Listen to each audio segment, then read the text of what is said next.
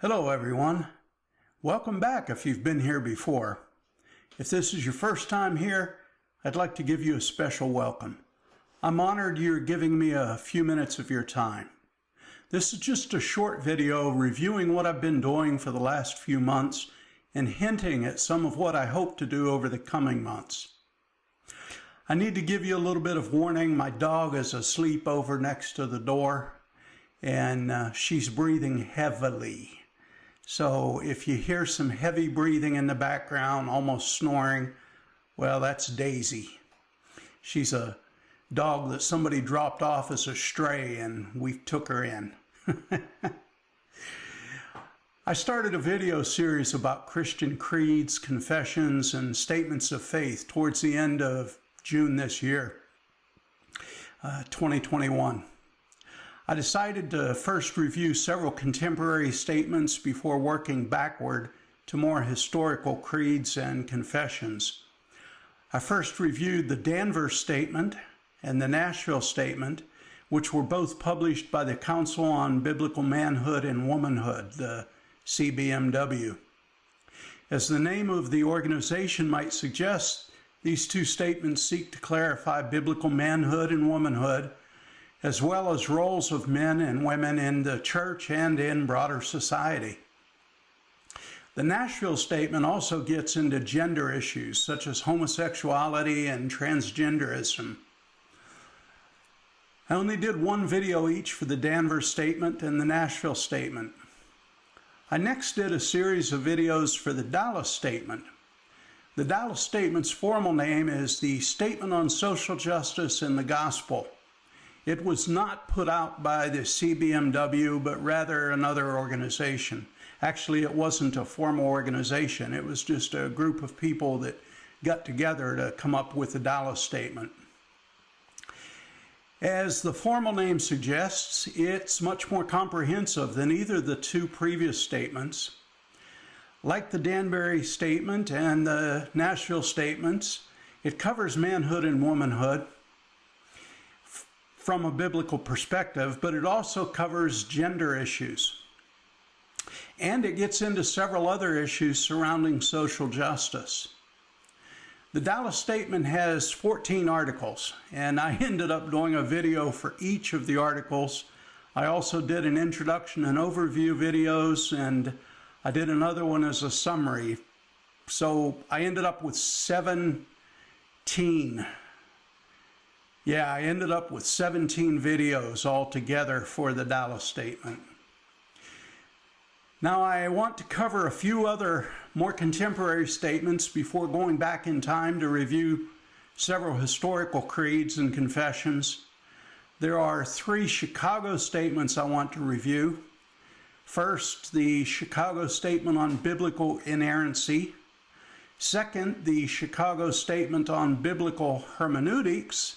And then third, the Chicago Statement on Biblical Application.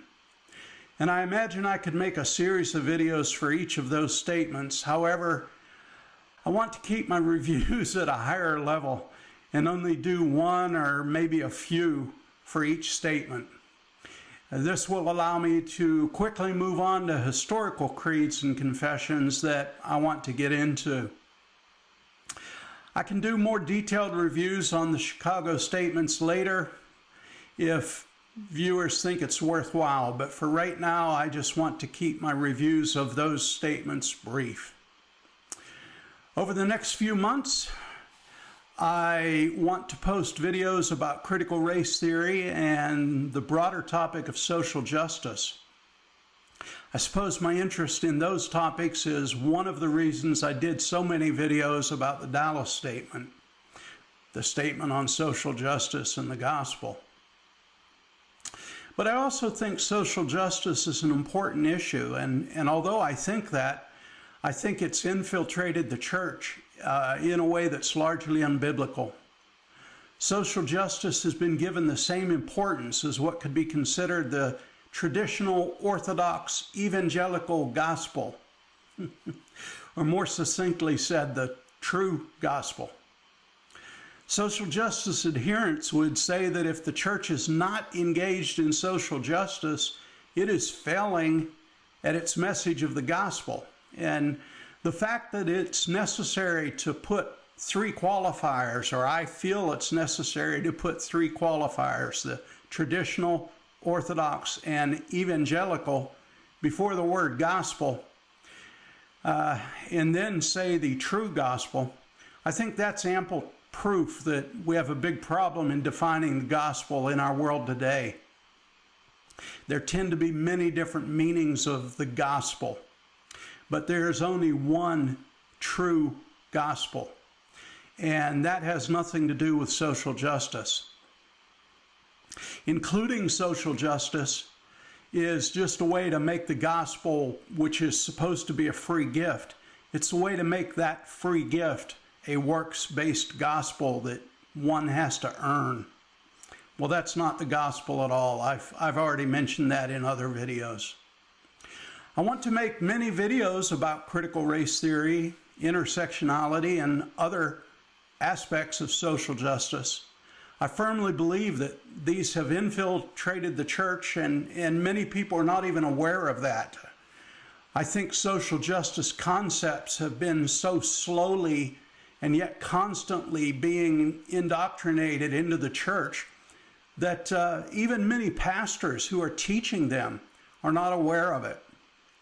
Some social justice concepts sound good, at least in the beginning. I mean, who wouldn't want to do good for others who are less fortunate? It sounds like a great thing. Yet when fully flushed out, I fear these concepts are being incorporated into the gospel, and they will lead to outright heresy over time. I hope you'll stay around and listen to my upcoming videos about social justice and its various subtopics.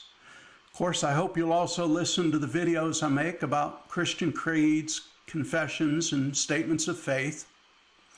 If you haven't already done so, I hope you'll subscribe to my channel. Hit the notification bell to be informed when I post new content, and give this video a thumbs up so YouTube will share it with others.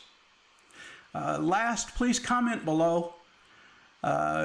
Present topics or give me topics you think are worthwhile for me to cover. And once again, just thank you. I'm humbled and honored by you viewing my videos. And until we meet again, may God richly bless you.